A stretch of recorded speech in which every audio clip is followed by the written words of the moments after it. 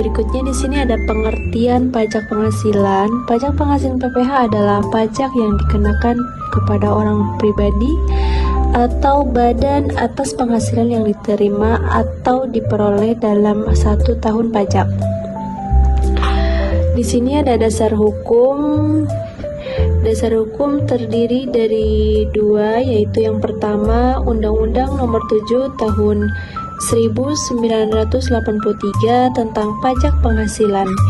Yang kedua, telah beberapa kali diubah, terakhir melalui peraturan perpajakan yang berlaku di Indonesia. Baik, berikutnya fungsi pajak penghasilan yang dimana itu terbagi menjadi 2 fungsi. Yang pertama itu fungsi budgeter sebagai sumber penerimaan negara untuk membiayai pembangunan.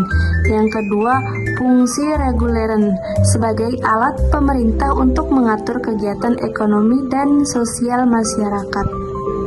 Berikutnya itu di sini ada subjek pajak dan objek pajak penghasilan, yang dimana subjek pajak itu terbagi menjadi 3 bagian. Yang pertama itu subjek pajak orang pribadi, kayak individu yang memperoleh penghasilan.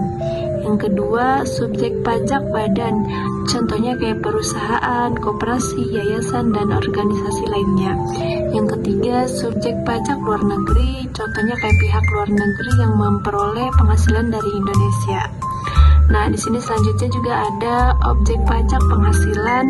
Penghasilan yang dikenakan pajak meliputi yang pertama itu kayak gaji dan upah, yang kedua honorarium, yang ketiga bonus dan tunjangan, yang keempat keuntungan usaha, yang kelima dividen, yang keenam bunga, yang ketujuh royalti, yang ke-8 sewa, dan yang ke-9 itu terakhir hadiah dan penghargaan. Untuk selanjutnya ada penghasilan yang dikecualikan dari objek pajak. Contohnya, bantuan atau sumbangan tertentu. Yang kedua ada hibah yang memenuhi syarat. Ketiga warisan. Keempat klaim asuransi tertentu. Kelima beasiswa yang memenuhi ketentuan.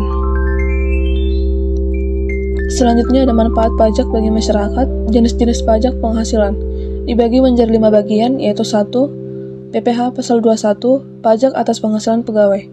Lalu kedua ada PPh pasal 22, pajak yang dipungut oleh bendaharawan atau badan tertentu.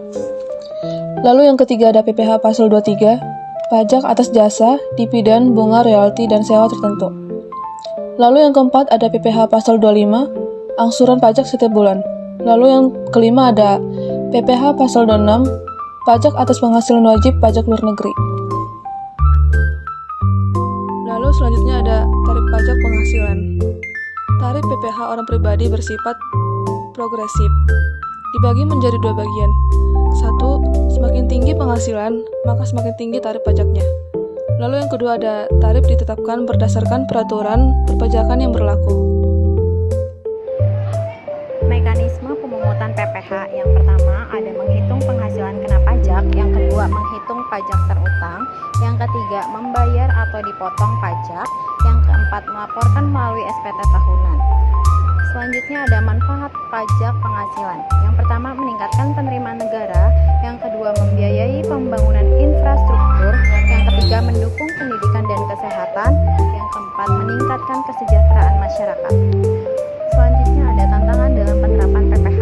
Yang pertama rendahnya kesadaran wajib pajak, yang kedua penghindaran pajak, yang ketiga kurangnya pemahaman perpajakan, yang keempat pengembangan ekonomi.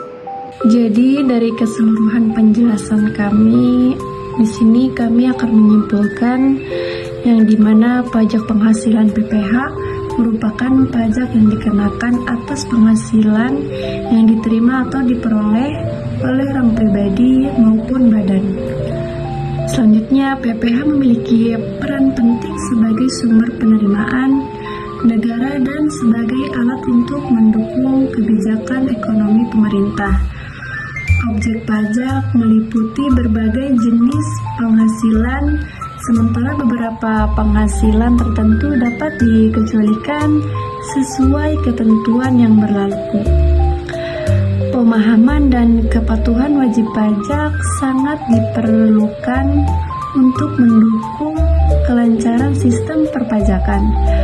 Penerimaan dari pajak penghasilan berkontribusi dalam pembiayaan pembangunan serta peningkatan kesejahteraan masyarakat.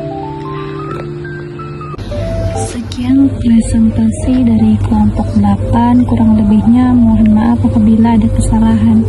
Terima kasih.